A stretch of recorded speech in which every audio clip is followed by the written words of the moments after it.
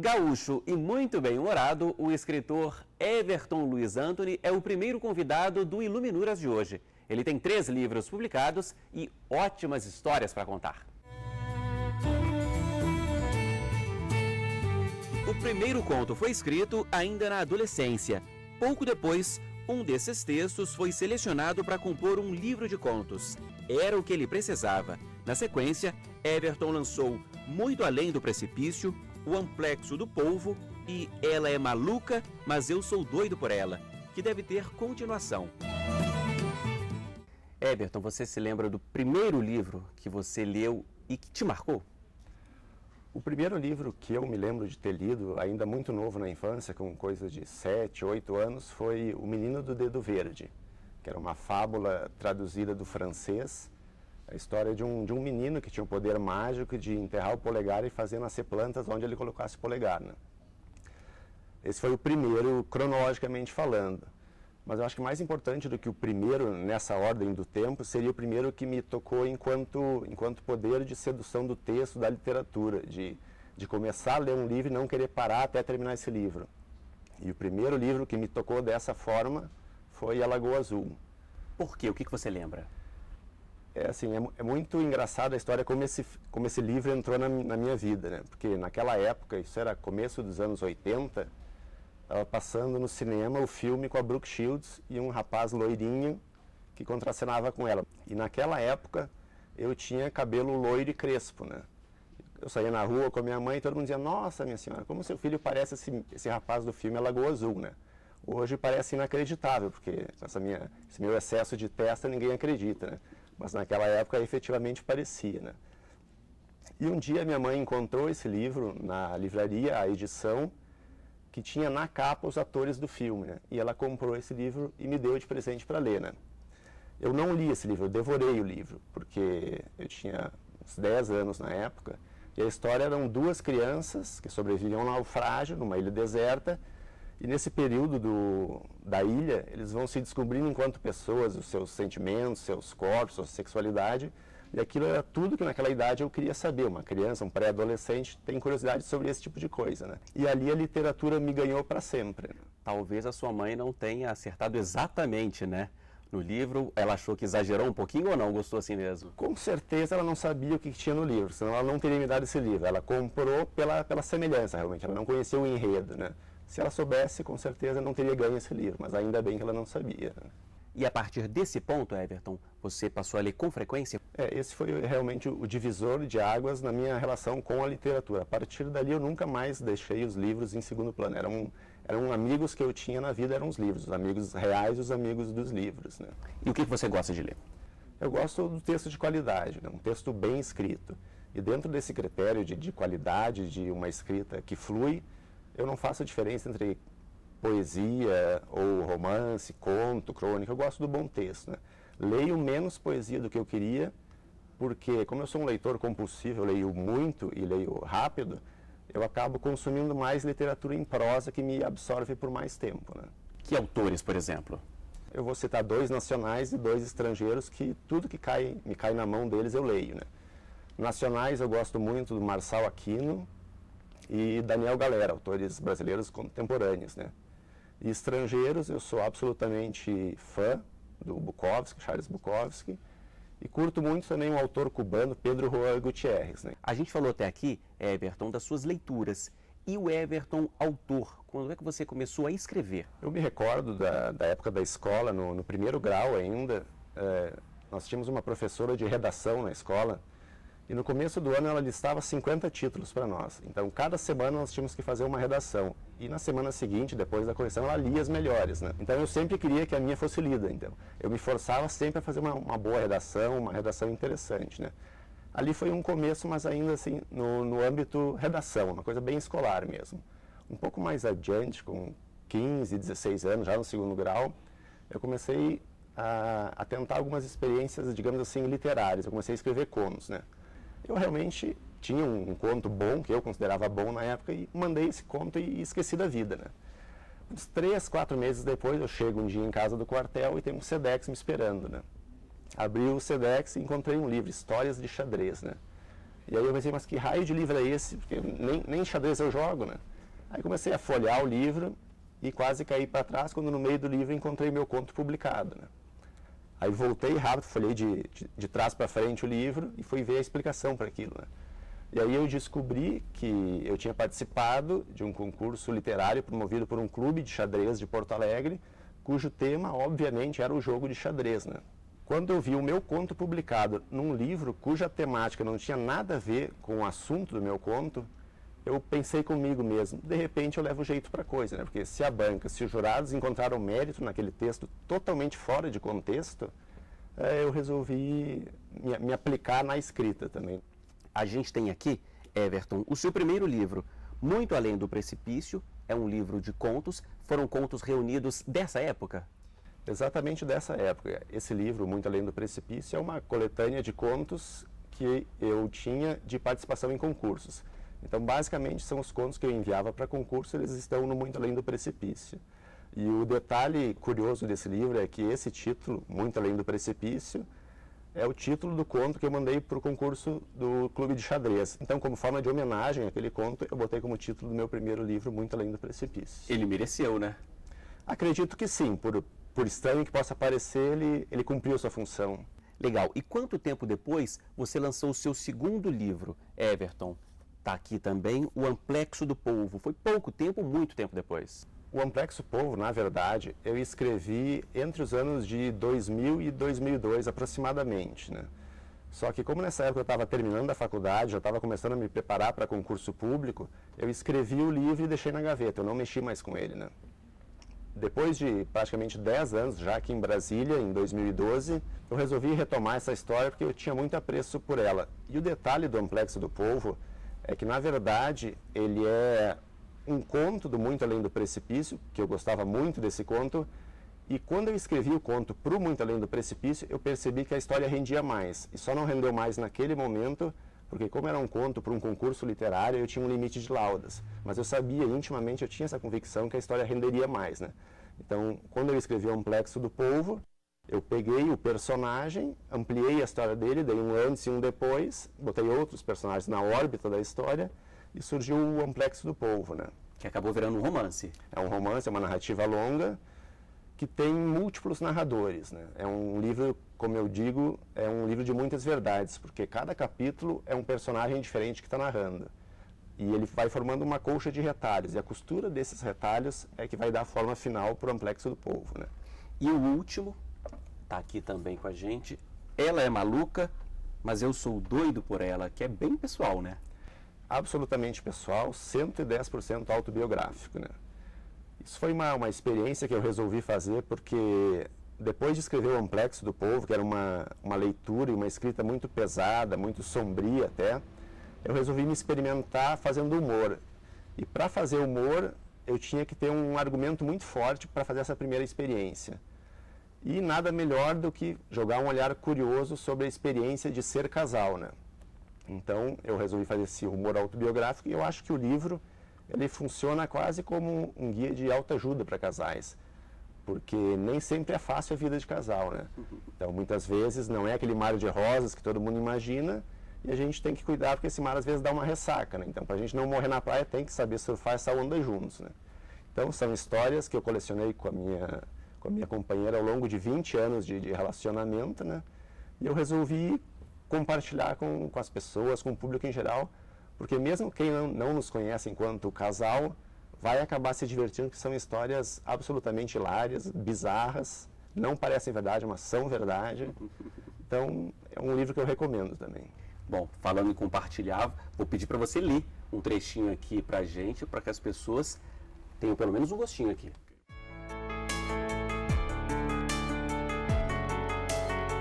Vasculhando a caixinha dos remédios, acabei encontrando um vidro de xarope. Uma felicidade tão grande quanto encontrar o Santo Grau. Anthony, você não vai tomar esse xarope aí não, tá velho. A minha decepção foi de 0 a 100 em 5 segundos. Vou botar no lixo então. Não, não bota fora não, a gente pode precisar um dia.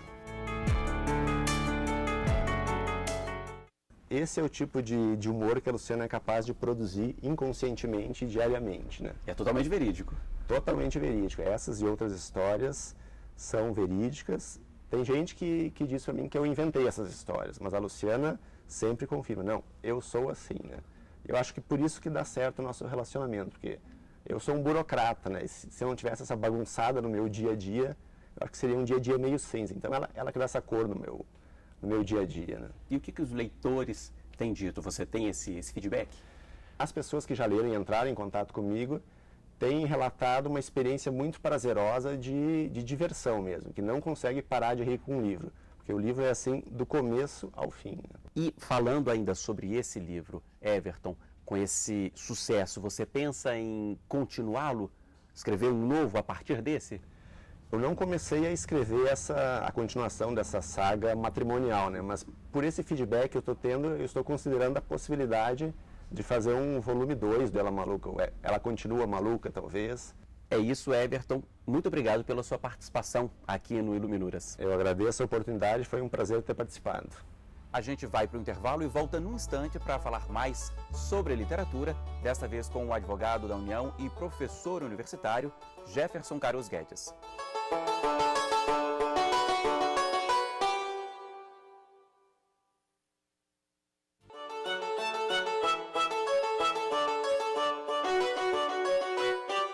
O Iluminuras está de volta e neste segundo bloco eu converso com o advogado da União e professor universitário Jefferson Carlos Guedes. Jefferson, bem-vindo, obrigado pela presença aqui no Iluminuras. Eu começo perguntando para você se você tem uma lista de livros preferidos ou não. Tenho sim, mas em primeiro momento eu queria agradecer ao Iluminuras e a oportunidade de vir conversar com você sobre esses assuntos. A lista todos têm, eu provavelmente tenho uma e eu incluiria alguns autores brasileiros e outros também latino-americanos principalmente. Vamos começar pelos brasileiros então? Vamos. Eu acho que o Machado de Assis e Lima Barreto, dos autores mais próximos nossos, são os inesquecíveis, né? Devem ser lidos. Mas dentre os latino-americanos são autores imperdíveis, Borges, Garcia Marques, Juan Rulfo e outros, mas esses os principais provavelmente. Eu sei que você é gaúcho e que a literatura regional também é muito importante para você. Da região do Rio Grande do Sul, quais você salienta aqui? O Rio Grande do Sul tem essa peculiaridade de produzir alguns autores seus que se restringem às vezes às próprias fronteiras do estado ou são traduzidos e nem chegam a ser conhecidos no Brasil. De autores recentes, embora mortos, eu lembraria o Caio Fernando Abreu, muito lido na década de 80, jornalista também, que escreveu Morangos Mofados, um cronista que é lido toda semana nos jornais, o Veríssimo, e de autores menos recentes, o próprio pai do Veríssimo, Érico, que é um clássico modernista do Rio Grande do Sul, e antes dele, João Simões Lopes Neto, com contos e lendas do Rio Grande do Sul, e assim outros tanto. Na poesia, Alceu Vamose, que ficou conhecidíssimo com seus sonetos, mas há autores lá que, por essa característica regional, são lidos e publicados. Eu lembro Charles Keifer, por exemplo, mas há seguramente outros tantos, e as listas têm esse risco, né? Se esquecer alguém que tem certa importância. E o Rio Grande do Sul, então, acaba também tendo essa proximidade com Uruguai e Argentina, que às vezes se faz mais próximo do que outras regiões do Brasil, e isso influencia evidentemente a literatura e os autores do Rio Grande do Sul, e também os leitores que acabam lendo, e às vezes lendo em espanhol mesmo, né? Foi por esses autores, pelos gaúchos, que você tomou gosto pela leitura? O primeiro livro que eu me recordo como uma leitura era associada ainda à escola e ao primeiro grau. É um livro que eu não esqueço, falava de Bandeirantes, é escrito por um casal de paulistas chamado Éramos 6. Coincidentemente, é o número de filhos que somos na minha casa. Então, esse livro, os autores são Ofélia e Narbal Fontes, é um livro que tratava da expansão do Brasil pelos bandeirantes para o oeste do território nacional, e é o primeiro livro que me lembro. Depois, isso ainda antes do segundo grau. O segundo grau, a escola técnica, eu fiz junto com meu irmão, com meus irmãos, num internato agrícola, hoje um Instituto Federal da Educação, em 2 lugares do Rio Grande do Sul, São Vicente do Sul e Alegrete. E neste primeiro colégio de São Vicente do Sul, Escola Técnica Federal de São Vicente, por conta da impossibilidade de viajar todo final de semana e por ser aluno interno, nós tínhamos uma pequena biblioteca que não devia ter mais que 300 volumes, mas lá tinha o que eu me lembro dessa segunda fase, depois éramos 6, com os clássicos da literatura universal, de aventura, Os Três Mosqueteiros, A Ilha do Tesouro, A História de Tom Sawyer, e outros tantos, né? Conde de Monte Cristo. E aí foi a segunda fase, realmente a fase que eu me interessei por livros, né? Essa bagagem cultural toda, Jefferson, foi o que te levou ou contribuiu para que você escolhesse a faculdade de Direito ou foi algum outro fator? Então, o começo da minha vida profissional, e se eu dividir a minha vida em 2 períodos, eu trabalhei 15 anos com agricultura e 15 anos com direito. A escolha do direito, obviamente, tem uma relação com a área de humanas, mas é completamente diferente da outra. Meus irmãos são 2 deles agrônomos. Eu deveria ser agrônomo, provavelmente, mas isso não é esse desvio não é tão incomum. Um dos maiores tradutores de russo no Brasil, pouca gente sabe, o Boris Schneiderman, não é graduado em letras e nem é graduado na área de humanas, é agrônomo. E traduziu Mayakovsky e outros clássicos, embora sejam agrônomo e seja o professor de literatura russa, um deles, da Universidade de São Paulo. Então essa transição se deu por razões circunstanciais, o fato de viver em Bagé, de lá ter um curso de Direito à época e a ideia de mudar de profissão. Era essa a minha expectativa. Eu cheguei a estar matriculado no curso de agronomia e acabei não fazendo. Hoje eu agradeceria. O direito tem uma relação muito mais próxima com as coisas que eu me interesso e quero me interessar. E ele acaba, por conta da relação com a vida e com as pessoas, podendo servir a outras tantas áreas, né? Se relaciona com política, com ciências sociais, com a própria literatura, se quisermos, né? Agora, falando então, Jefferson, desses livros do universo jurídico, você destaca algum ou alguns? Eu destacaria pessoas com as quais eu convivi e pelas quais eu tenho muito carinho. No primeiro momento, em Bagé ainda, a relação que tive com o professor José Carlos Teixeira Jores, Juca, que era procurador de Estado, depois desembargador, que foi, e era um mecenas também. Lá quando, em 84, nós cogitamos publicar um primeiro livreto de poesias, o André Martins e eu, um colega, e publicamos, editado em mimeógrafo. Ele, José Carlos, ou Juca, foi aquele que nos chamou no escritório de advocacia e disse, eu quero ajudar vocês a divulgar ou a publicar o livreto, e publicamos. E depois eu destacaria, são pessoas que escreveram preponderantemente no direito, mas que são cuidadosos com a leitura e com a literatura e com o resto dos assuntos. O professor com quem eu tive contato no especialização na PUC de São Paulo, depois de sair de Bagé, na PUC do Rio Grande do Sul, perdão, o professor Ovídio Batista, que é um autor na área de processo civil, que é a área que eu me interessava preponderantemente, e o professor Arruda Alvim, um homem culto, com quem eu tive a satisfação de conviver e trabalhar no escritório, dentro da sua própria biblioteca, e um autor magistral de processo civil. Então, as influências no campo do direito são essas. O direito se distanciou um pouco do capricho literário, mas esses 2, ou esses 3 que eu citei, José Carlos Teixeira Jores, Ovídio Batista e Arruda Alvim, são pessoas que, quando escrevem sobre direito, ou escreviam, porque o professor Ovídio é falecido, tinham o rigor de quem escreve em literatura.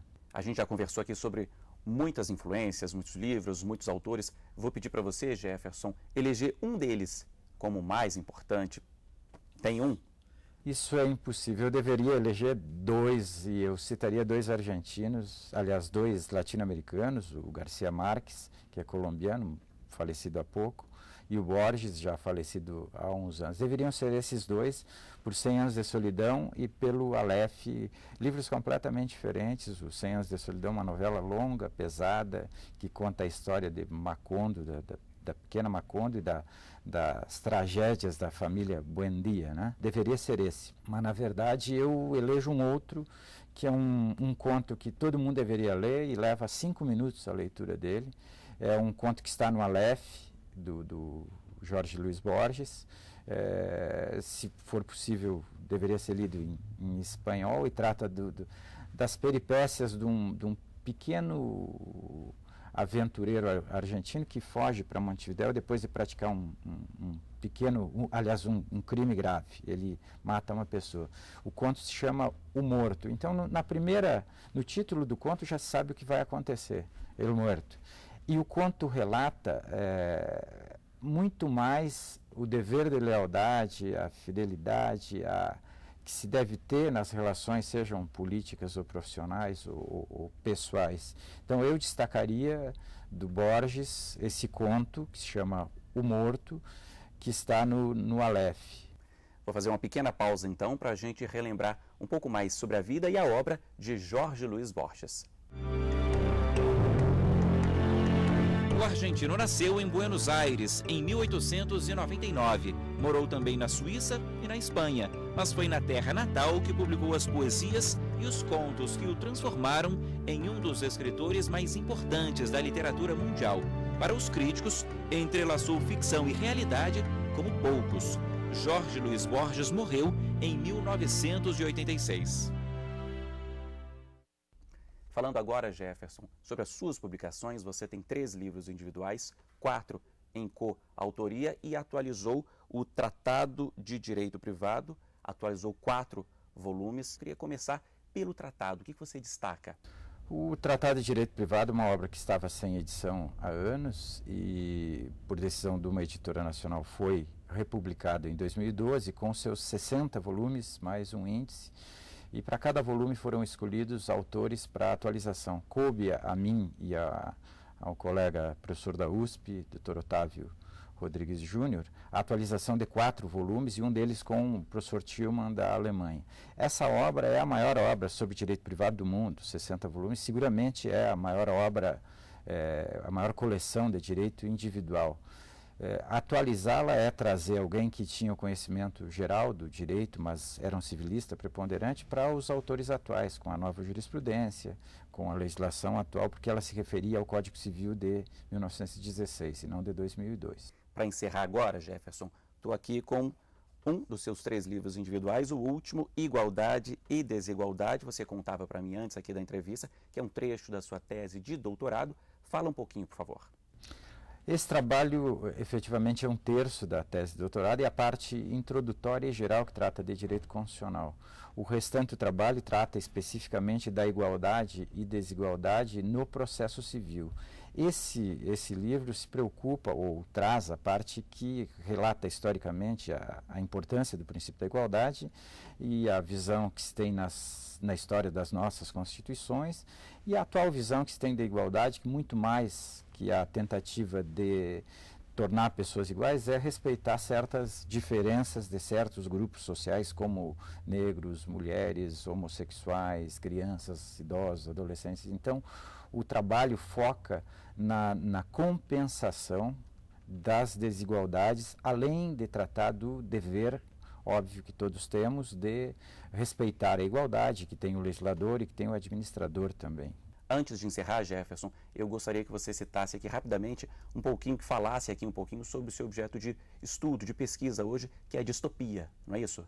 Sim, o livro que eu estou lendo é exatamente uma das distopias escritas no século XX, que é o Laranja Mecânica, do Birds, Anthony Birds, mas e ele é também objeto de uma pesquisa, provavelmente pós-doutorado, na qual eu quero focar algumas obras distópicas, dentre elas o Laranja Mecânica, o último, mas Nós, do Zamyatin, que é um autor russo pouco conhecido entre nós, e autores muito conhecidos como Orwell, Huxley, Bradbury e outros, tentando identificar as relações exatamente de igualdade, de poder e a existência ou não de democracia nessas sociedades distópicas. Distópicas são esses mundos imaginários pessimistas, assim como utopia, ou como antônimo de utopia.